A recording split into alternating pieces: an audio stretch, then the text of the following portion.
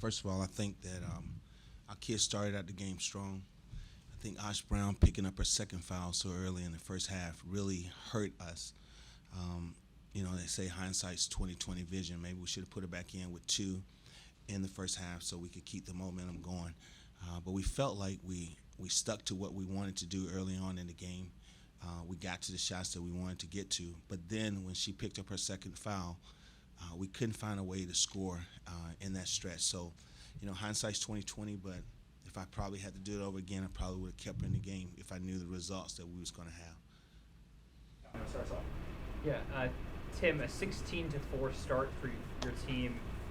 What went well during that stretch, and how do you try to replicate that? Well, first of all, I got to keep Osh Brown in the game, and hopefully we may need to switch who's setting the ball screens, so that she don't have a chance to get little cheap fouls on ball screens. But further than that, I think we just need to keep doing what we're doing with her on the floor. She's a vital part of what we're trying to get accomplished. When she's on the floor, you have to play the inside, so that opens up the outside. When she's not on the floor, you can play behind the post, and then you can stay up on the wings because we don't have as much of a threat that we want to have inside. But overall, we just need to keep her on the floor. I felt like a couple of times it was more so the offensive, like when Shook Dixon was operating, I felt like she's so good at her mid-range or going to the basket, but like it was a lot of settling of just shooting outside shots. What is something that like you tell the team, and how can they get back into a rhythm? I mean, even though Osh Brown is off of the floor, what are some of the things that they can kind of take into account and to not settle and more so attack the paint? I think that you have to continue to move it. Like it has to go from side to side because at the initial stage of their defense, they flat hedge. So when you initially they flat hedge, and when they flat hedged us, Shook could get to the rim. But then they adjusted after we went to like a 16-4 run, and they start trapping ball screens. So now when they start trapping the ball screens, now you got to step the dribble off and make the pass. But you got to be persistent enough to come back to that. So when we ran our drag offense, we was coming off the ball screen, they started trapping, so we made the next pass. But instead of us taking that jump shot, we need to go back and set the screen again and be persistent to come back off of it. They actually ran us out of ball screens because we went away from it the second half because we felt like we couldn't come off of it because they was trapping us so much. That's something that we got to work on in practice, making sure we understand how to step the dribble off and split the trap and then make the pass that we need to make. So that's something that we need to improve upon. But you credit Michigan State for adjusting. They felt like from the beginning of the game they was going to flat hedge. We got to what we wanted, and then after we went on a run, they started trapping us off of it. So that's a credit to them for adjusting their defense to cause havoc for us. Just on that, Coach, the man-to-man that Michigan State was running seemed to frustrate you. A lot of plays took a long time to develop. What were they doing specifically that was maybe just a little bit of a different look, especially in the second and third quarter? Well, first of all, they strong side help. And when they strong side help, the people on the wing have got to get to the corner and to create the space that we need to so we can drive. So we stayed on the wings too much, and we didn't drop down to the corner to give us the space that we needed to. So when you make a pass from from wing to point, so we can come off a ball screen, both wings have got to drop to the corner, so we got a little bit more space. Because they strong side help, you didn't have nothing to go on if you didn't drop down. And then the second thing is they trapped us off of the ball screen. And when they trapped us off the ball screen, we were able to turn the corner like we needed to. You got to drive the ball at the defender's chest. So that way, when the 4-player or the 5-player steps up, when you drive it to her chest, you can step the dribble off, and then you can turn the corner. We never got to it. And then when we did have opportunity to turn the corner, we didn't drop to the corners to give us the space that we needed.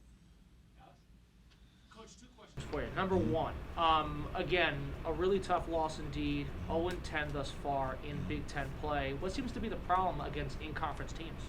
Well, I don't think it's just the in-conference team. I think it has a combination for us and the incumbent team. I mean, like against Ohio State, we didn't do it. We did a great job on first shot. I mean, against Maryland, we did a great job on first shots, but then they beat us on the boards. And when they beat us on the boards, they got to 5 offensive rebounds, so that created problems for us. Against Ohio State, we felt like we got to what we wanted to get to offensively, but defensively, we didn't get rebounds, and so it gave them 3-point shots. Tonight, we didn't get a chance to turn the corner against the traps on their defense. So every game has been something that we have not adjusted to get better. So that's, at the end of the day, it's not just in conference, just each opponent creates a different challenge. And when each opponent creates a different challenge, you have to understand what you're trying to get accomplished on the court. Absolutely. And that second question for you. Turnovers, fouls, been a big issue since the beginning of the season. We tried to fix that issue to a certain, how have you exactly tried to fix the issue? And really, are you taking different approaches to probably fixing that issue? Well, the first thing is when you catch the basketball, you can't dribble. You have to catch the ball and pivot to look and survey what's going on the floor. We have a tendency to want to catch it and put our heads down and go somewhere with it, and now you can't see the defense. So when you don't see the defense, you're not as sure exactly where you need to pass it to. So as a coaching staff, we got to make sure that when we catch it, we catch the ball in the split, we square up, and we see inside and see outside. We have to think about we first when we catch the basketball.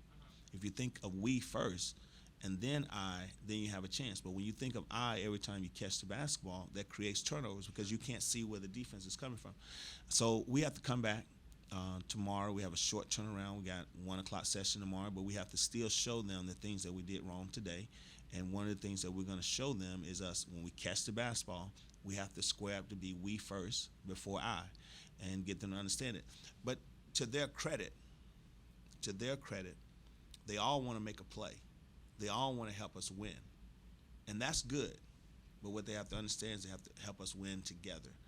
So I do see the frustration in their eyes. They want to help us get better. They want to help us win.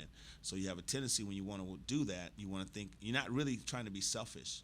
If I thought they was trying to be selfish, I would take them out. I don't think they're trying to be selfish. I think they're trying to make a play to help us be better. Yeah, on the boards, Michigan State out-rebounded you guys 36-30. I know Osh Brown, of course, is a big part of that, but how do you, going forward, look to win the board battle versus the up-and-coming Big Ten competition? Well, you got to get to helper rebounding. There was 4 rebounds that they got where we helped the helper. We helped the helper, so we boxed out that person, but the other person never rotated down to box out the weak side. So those are just mental lapses from us that we got to keep working on. Got 2 drills and making sure they understand there's a second person is coming. Every time there's a drive, there come help. Now somebody's got to rotate over and box that person out, but the guards have got to rotate down and get the post. And then the kids understand it, but too many my bads, like one person my bad, my person my bad, one person my bad, 3 different people, but at the end of the day, that's 6 points that we gave up. Anything else from you, Tim? You had a question, Donna? Oh yeah, I wanted to. Obviously, your defense is top in the country. I felt like you guys stayed in the game because of the defense. Even though the rebounding was a little outmatched for Osh Brown being off the floor, but I just wanted to kind of ask you about Nia Clouden and like how difficult was it for your girls to defend her and like kind of keep a handle on her against the high scoring Spartans. Well, she had 17, right? Mm-hmm. I think I said to someone at the beginning of the game, if we can keep her between 15 and 20, we had a chance. She's such a terrific player. She's explosive. She's really quick. I mean, one game this season she had 50 points. Another game where she's had 30-something. So Nia Clouden is one of the special players that's in our league. We tried to switch it up. We tried to trap her. We tried to switch on her. We tried to high hedge her. So we kept trying to do it. And then also, when she caught the ball on the wing, we tried to load it up the box by getting all of our 4s and 5s to have 10 toes inside the lane. So when she caught it, our thought was we have to take away the jump shot by the person who's guarding her and then come from the help with our posts to make sure we stop the drive. There was 3 times where we just miscommunicated. We was going to switch. Somebody took a switch. We miscommunicated, didn't take the switch. So she's so good and she's so dangerous that you have to be so mentally in tune with what you're doing every second when she has the basketball. And I didn't think we stayed locked in enough, but to look at her numbers, she was 5 for 9 from the floor, 6 for 7 from the free throw line. As you indicated earlier, if we can stop fouling and we can keep off the line by going straight up. So, but she's a terrific player, and she's one of the special ones that's in this league. Okay, everyone? Okay, thank you so all. much.